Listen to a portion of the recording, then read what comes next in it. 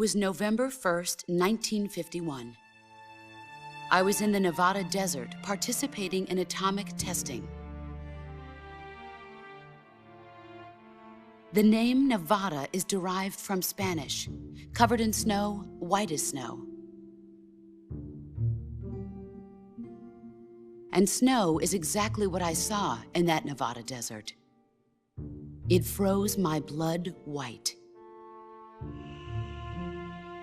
Snake, you were an atomic test subject, weren't you? On Bikini Atoll. That's part of the reason I was drawn to you. You and I are alike. We're both slowly being eaten away by the karma of others. We'll never have the chance to die peacefully of old age. We have no tomorrow. But we can still have hope for the future. In 1960, I saw a vision of the ideal future from space. 3 years earlier, the Soviet Union had succeeded in launching Sputnik, the first man-made satellite in history, into orbit. This came as a huge shock to the United States. In response, America threw everything it had into its own manned spaceflight project, the Mercury program. Even as the Soviets seemed poised to send their first man into space, America was still experimenting with chimpanzees and rockets.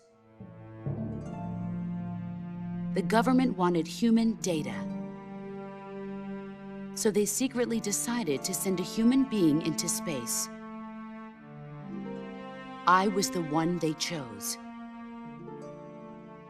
At the time, they didn't have the technology to block out cosmic rays, and whoever they sent up would inevitably be exposed to heavy radiation. That's why they chose me. After all, I'd already been irradiated once. Of course, you won't find any of this in the history books. I could see the planet as it appeared from space. That's when it finally hit me. Space exploration is nothing but another game in the power struggle between the US and the USSR. Politics, economics, the arms race, they're all just arenas for meaningless competition.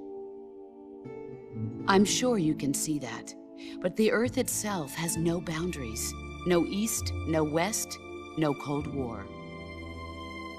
And the irony of it is, the United States and the Soviet Union are spending billions on their space programs and the missile race, only to arrive at the same conclusion. In the 21st century, everyone will be able to see that we are all just inhabitants of a little celestial body called Earth. A world without communism or capitalism, that is the world I wanted to see. But reality continued to betray me. In 1961, I was sent to Cuba, to Bahia de Cochinos. It was part of a CIA-sponsored invasion under the guise of taking Cuban exiles back to their country. But the US government betrayed them. Our weak-kneed president held back their air support. Defenseless, the exiles were annihilated by the Cuban army. All I could do was watch in silence. I was set up by the very country I'd sacrificed so much for, by the very government I dedicated my life to defending. I was driven from the surface world, and I went underground. Then, 2 years ago, I faced the sorrow, my old comrade in battle. He was my friend. But one of us had to die. I was left with no choice. The sorrow gave his life for me. There is no enmity between us. One must live, and one must die. That was the mission. The ones who gave me that mission were the philosophers. Early in the 20th century, the true holders of power in the United States, the Republic of China, and the newly formed Soviet Union gathered together in a secret meeting that would later be known as the Wise Men's Committee. The secret pact they formed there marked the beginning of the philosophers. But the last of the original members died in the 1930s. After that, the organization began to run out of control, and the Wise Men's Committee degenerated into a mere shell of its former self. The philosophers of today have no sense of good or evil. Their influence extends to countries and organizations involved in every aspect of every war. They have become war itself. That's how they operate. The sacrifices of war cause a shift in the times. This shift leads to renewed conflict, and in turn triggers the next war. Like a nuclear chain reaction, each conflict sparks countless others, forming an endless spiral that will continue on for eternity. Do you understand what I'm saying, Snake? By consuming me and you, the philosophers intend to keep that cycle going forever. It was my father who explained all of this to me. He was one of them. You see, I am the last remaining child of the philosophers. But after he revealed the truth, my father was killed by that same shapeless, formless organization. And my father isn't the only thing the philosophers have taken from me. In June of 1944, the Cobras and I took part in the landing at Normandy. We'd been given a top-secret mission to locate and destroy enemy V-2 rocket installations. I was pregnant at the time. The sorrow was the father. I gave birth on the field of battle. A beautiful baby boy. But my child was snatched away from me by the philosophers.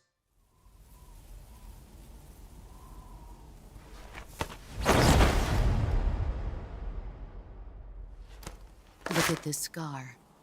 This is proof that I was once a mother. I gave up my body and my child for my country.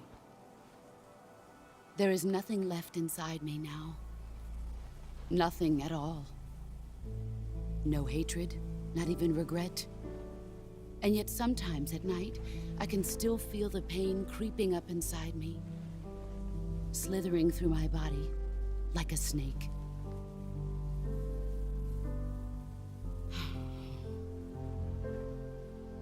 I've never talked this much about myself before. Thanks. Thanks for listening to me.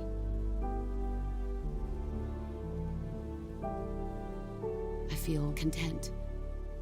Snake, commence the operation. I raised you. I loved you. I've given you weapons, taught you techniques, endowed you with knowledge. There is nothing more for me to give you. All that's left for you to take is my life, by your own hand. One must die, and one must live. No victory, no defeat. The survivor will carry on the fight. It is our destiny. The one who survives will inherit the title of boss. And the one who inherits the title of boss will face an existence of endless battle.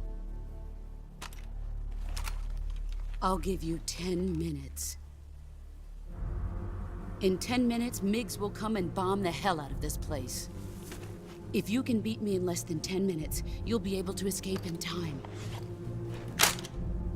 Let's make this the greatest 10 minutes of our lives, Jack. Boss. You're a soldier. Finish your mission. Prove your loyalty. Face me.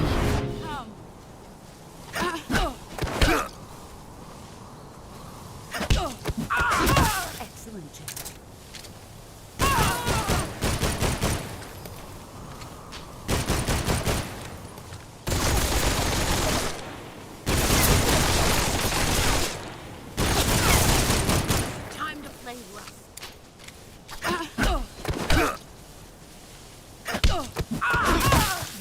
can I do now?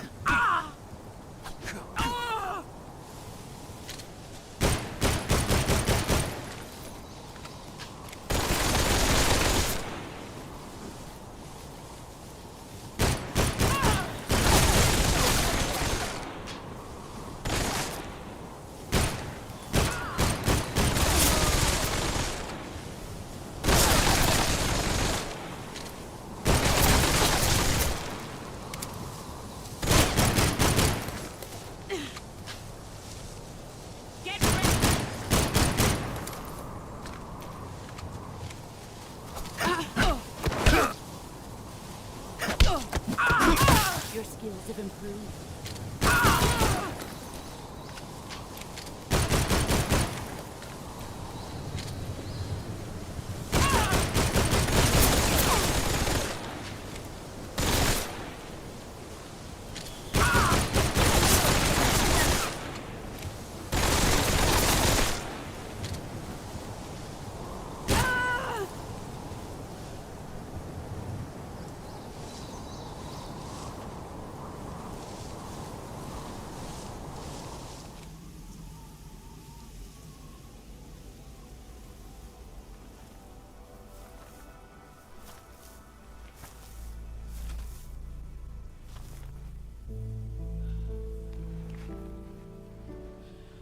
Take this.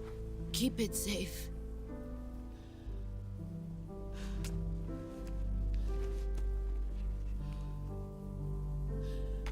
It's our only hope.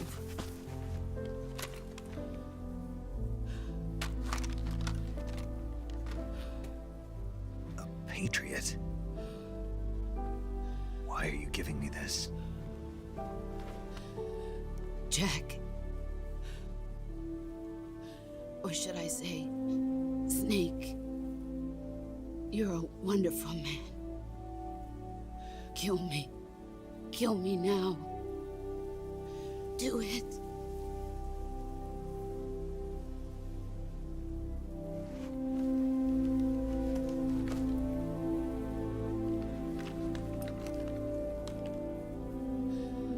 There's only room for one boss and one snake.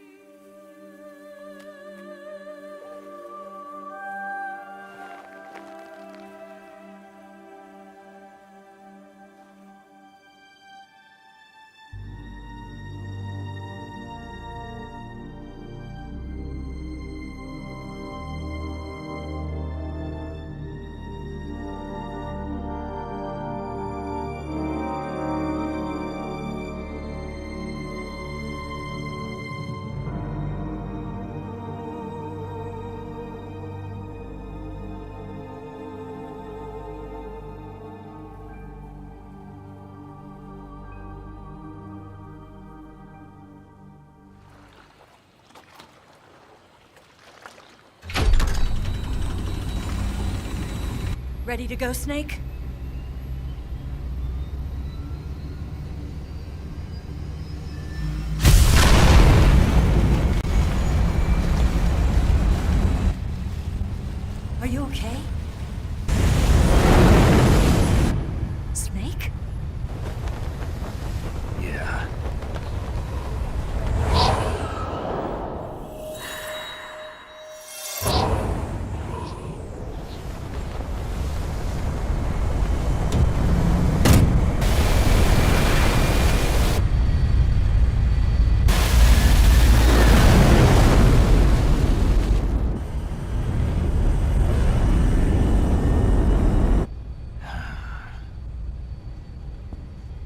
told you you could trust me.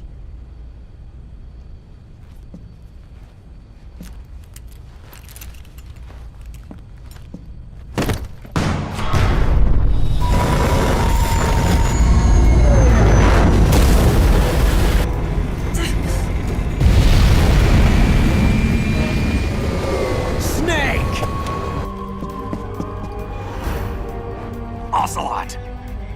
We're not done yet!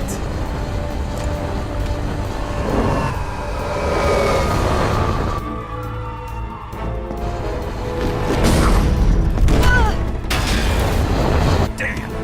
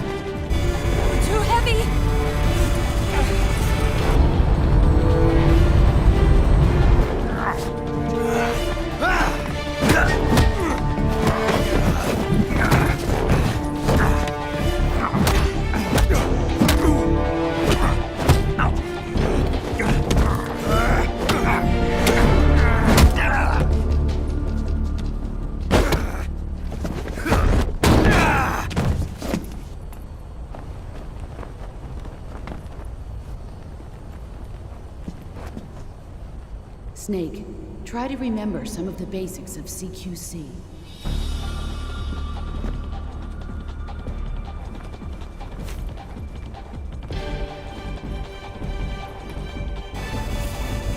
Not good!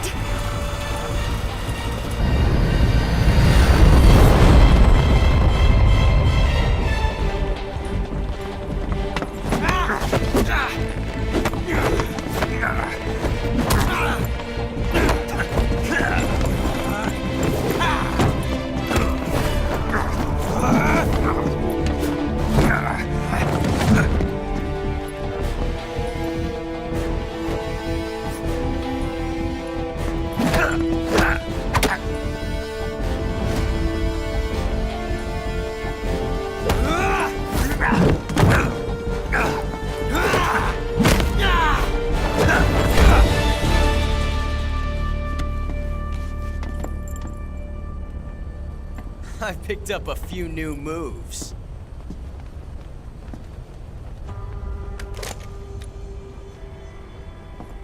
Huh. It doesn't feel right to shoot an unarmed man. But I'll get over it. Eva!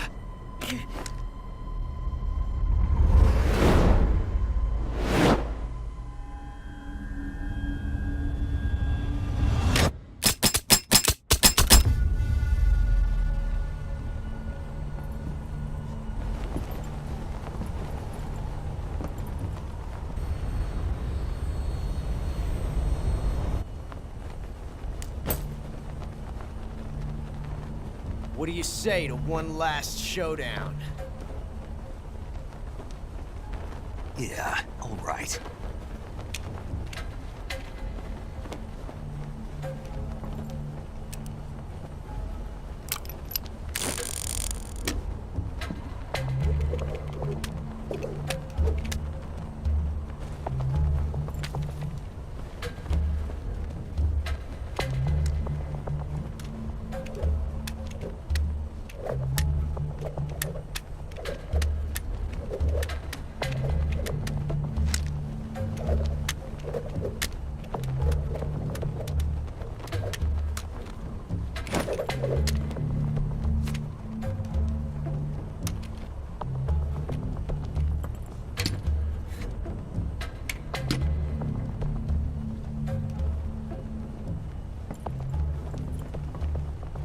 What's your name? Snake. No, not that name. You're not a snake, and I'm not an ocelot. We're men Names. My name is Adamska. What's yours? John. Very well, John. Plain name. But I won't forget it.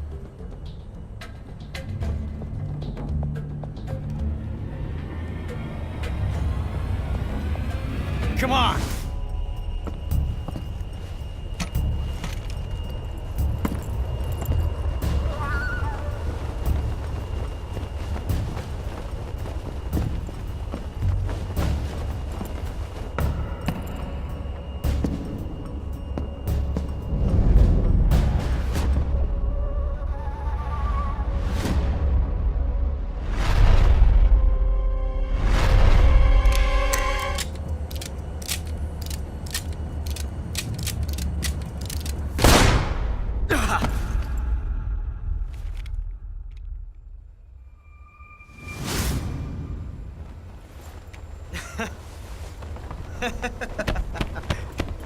It's a blank.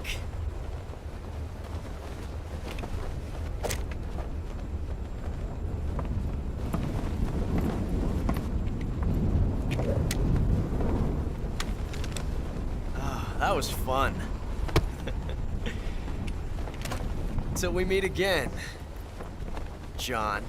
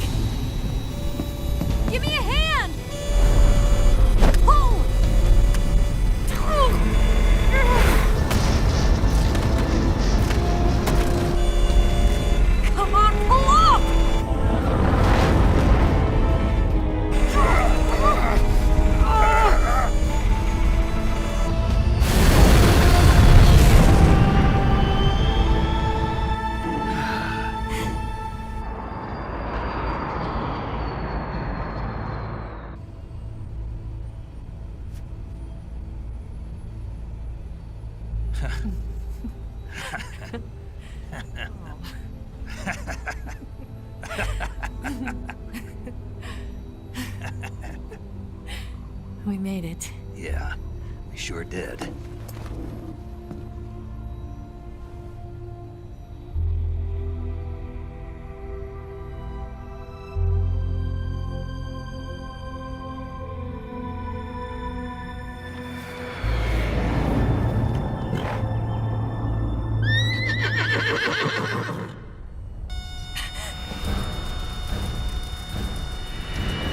Oh no, Migs!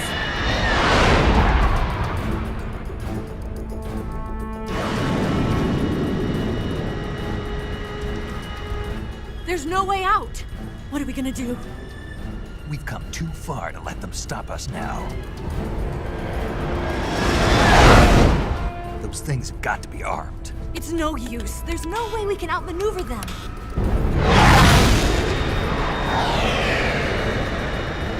They're gonna shoot us down. We were so close. Weapon systems on. Locked on target. I got tone. You were great, Eva. Huh? Thanks.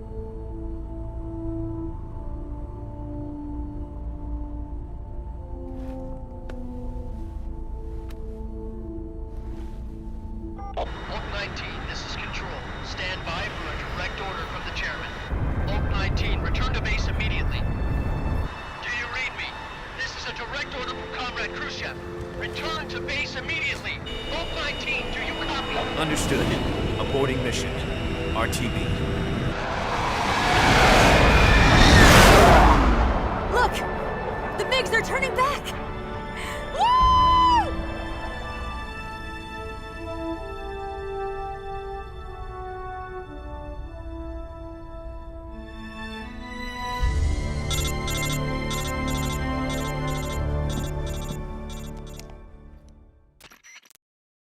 Well done, Snake. The MiGs disengaged. Most likely under orders from Khrushchev. Is this his way of helping us? Who knows? Maybe he didn't want things to get messier than they already are. Or maybe he just wanted us to owe him one. The important thing is, you made it out alive. As long as Khrushchev is with us, I don't think they'll be coming after you. It should be smooth sailing all the way to Alaska. I'm sending someone out to Galena Base to meet you. To meet me? The DCI and the President himself are waiting at Langley. Don't keep them waiting.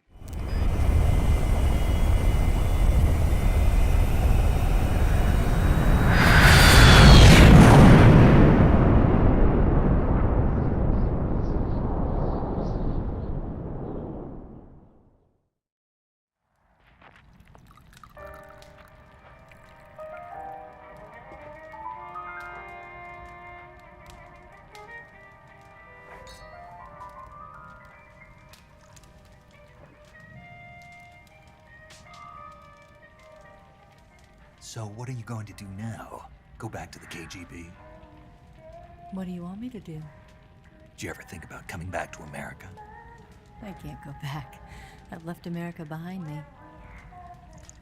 But you saved this country. I didn't do it alone.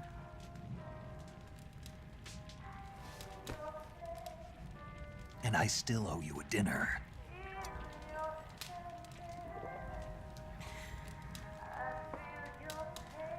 Is that part of your mission too? Or is it an order? Or is it an invitation?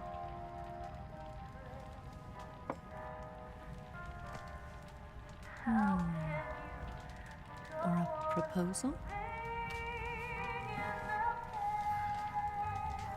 I don't take orders from anyone now.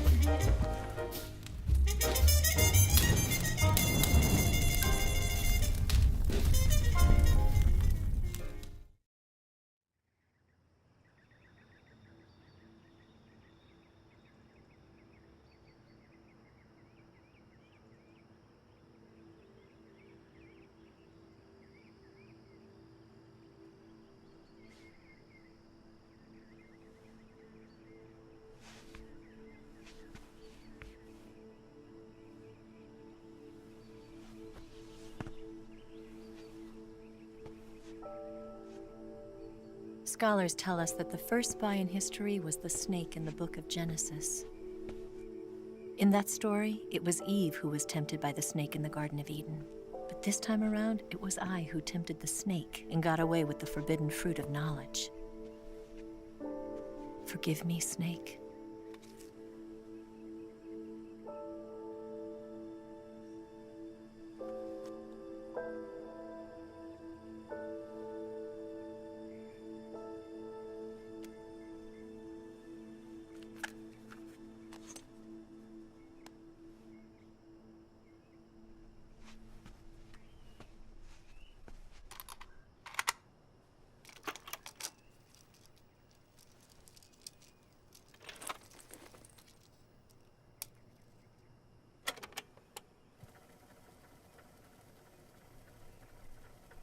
Good morning, Snake.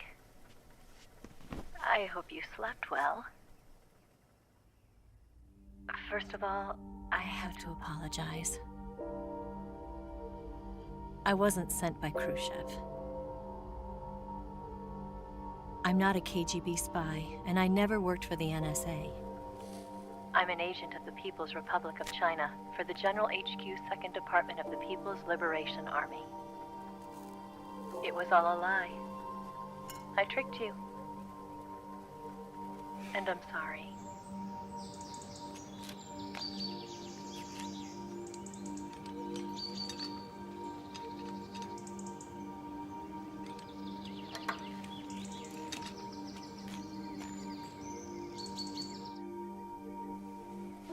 The philosophers still exist in China, too. You see, my mission was to find out where Volgin was hiding the philosopher's legacy and steal it. So I infiltrated his base as a KGB spy.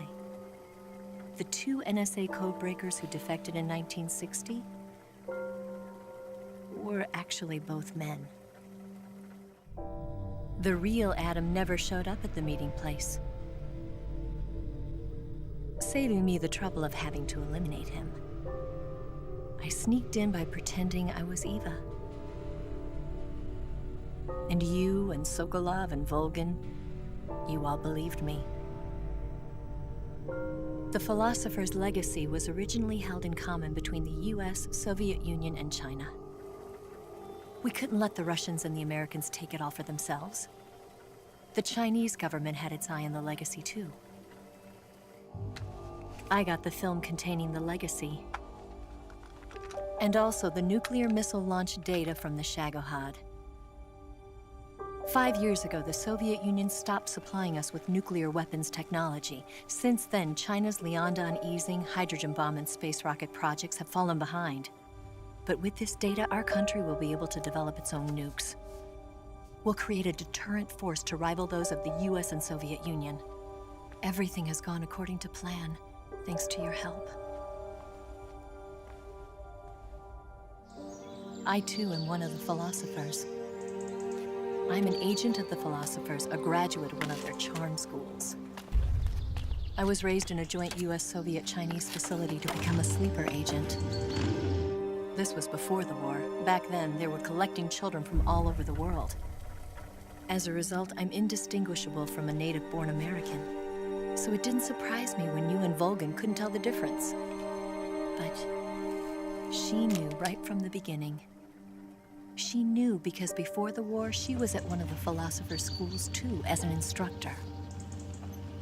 The boss was the only one I couldn't fool. She was the only one who knew I was a fake. She told me everything. Why did she open her heart to me like that? At the time, I couldn't understand it. But now, I think I do. Snake. She wanted you to know the truth. She chose me to tell you. That's why she saved my life. I've lied to you so many times, but not this time. My orders from the government were to obtain the legacy and to eliminate everyone who knew the truth about what happened. In other words, I'm supposed to kill you.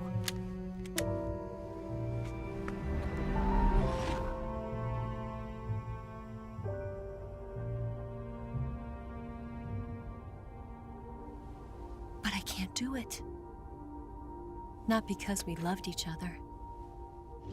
And not because you saved my life. But because I made a promise to the boss. And I intend to keep it. I just wanted you to know. And you have to live.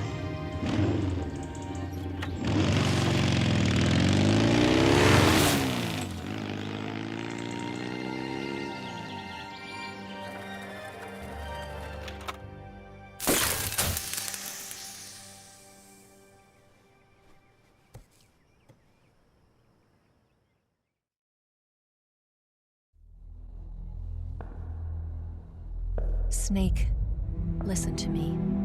She didn't betray the United States. No, far from it. She was a hero who died for her country. She carried out her mission knowing full well what was going to happen. Self-sacrifice. Because that was her duty.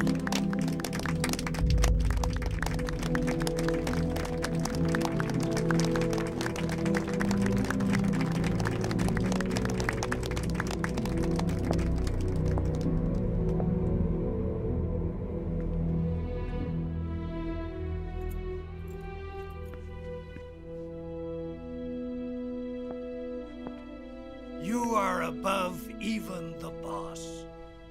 I hereby award you the title of Big Boss.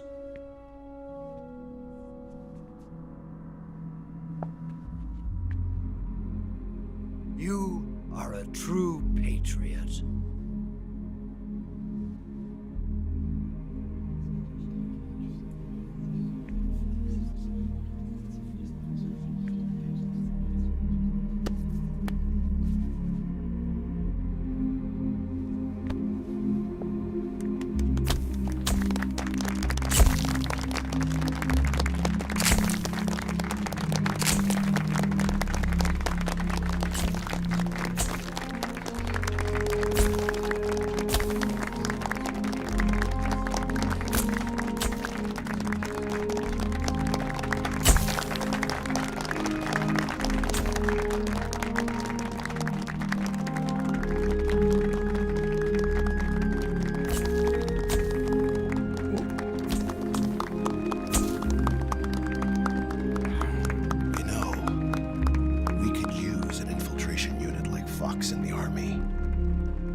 Someone like him to handle our top secret sneaking missions for us. A man who combines the qualities of a soldier and an agent. The boss's defection was a ruse set up by the US government. It was all a big drama staged by Washington so they could get their hands on the philosopher's legacy. And the boss was the star of the show. They planned it so that they could get the legacy that Colonel Volgin inherited and destroy the Shagohod at the same time. Only a legendary hero like the boss could have earned Volgin's trust. Finding out where the philosopher's legacy was hidden was to be her greatest mission. Everything was going according to plan. But then something happened that no one could have predicted. Colonel Volgin fired an American-made nuclear warhead at Sokolov's research facility.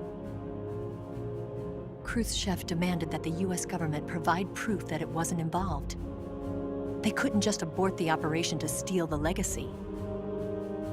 So the operation itself was greatly expanded and revised.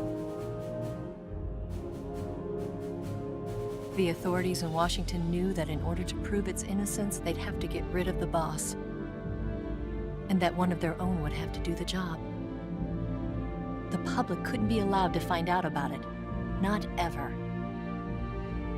This, they concluded, would be the best way to keep the whole thing under wraps. The boss wouldn't be allowed to come back home alive, and she wouldn't be allowed to kill herself. Her life would be ended by her most beloved disciple. That was the way the government wanted it. That was the mission she was given, and she had no choice but to carry it out. Her death at your hands was a duty she had to fulfill. Out of duty, she turned her back on her own comrades. A lesser woman would have been crushed by such a burden. The taint of disgrace will follow her to her grave. Future generations will revile her. In America as a despicable traitor with no sense of honor. And in Russia as a monster who unleashed a nuclear catastrophe. She will go down in official history as a war criminal. And no one will ever understand her. That was her final mission. And like a true soldier, she saw it through to the end. But I think she wanted you, of all people, to know the truth. She wanted to live on in your memory. Not as a soldier, but as as a woman. But she was forbidden to tell you herself. And that's why she told me. Snake, history will never know what she did. No one will ever learn the truth. Her story, her debriefing, will endure only in your heart.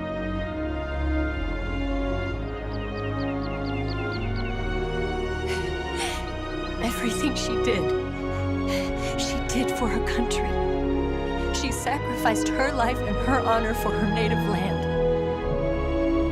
She was a real hero. She was a true patriot.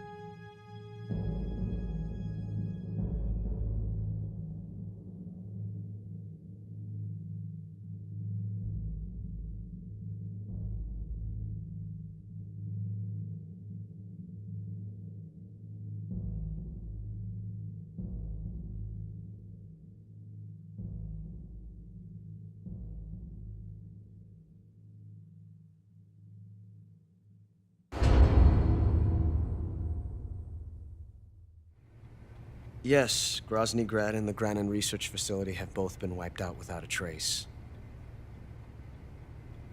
I understand, sir, but they were necessary sacrifices. Yes, the CIA has taken care of the boss themselves. I believe the White House will be satisfied. Khrushchev is finished. Your time has finally arrived. Yes, the American president is relying on us to keep a lid on the whole affair.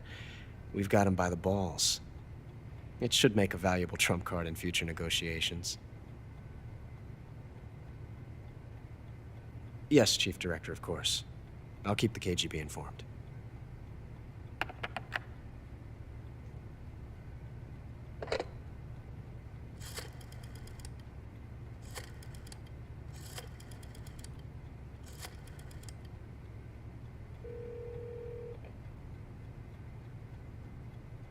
Yes, it's me. The boss has accomplished her mission. The philosopher's legacy is now safely with us, in America's hands. With this money, yes, the philosophers can finally be revived. The film we handed the Chinese was a fake. Peking must be in an uproar right about now. I'm afraid so. Only half the money has made it back to the United States. The KGB must still have part of the legacy. Yes, the weapon has been reduced to ashes. That's right. Grozny Grad has been obliterated by the Davy Crockett we brought in as well. Yes, that was the boss's work too. Speaking of which, I've obtained something from Granin that you might find interesting. It's a revolutionary new nuclear attack system. Perhaps it might just come in handy someday. Yes, we have Snake to thank for that. Khrushchev believed it as well. Yes, they bought our story. I don't think they'll be making a fuss. The secondary alert has been lifted as well. And the Soviets still haven't discovered my true identity. They have no idea that I've been triple-crossing them. I will continue my activities as a contact for the new government. Yes, it appears that no one knew that I was Adam. Of course, I am always at the CIA's disposal, Mr. Director.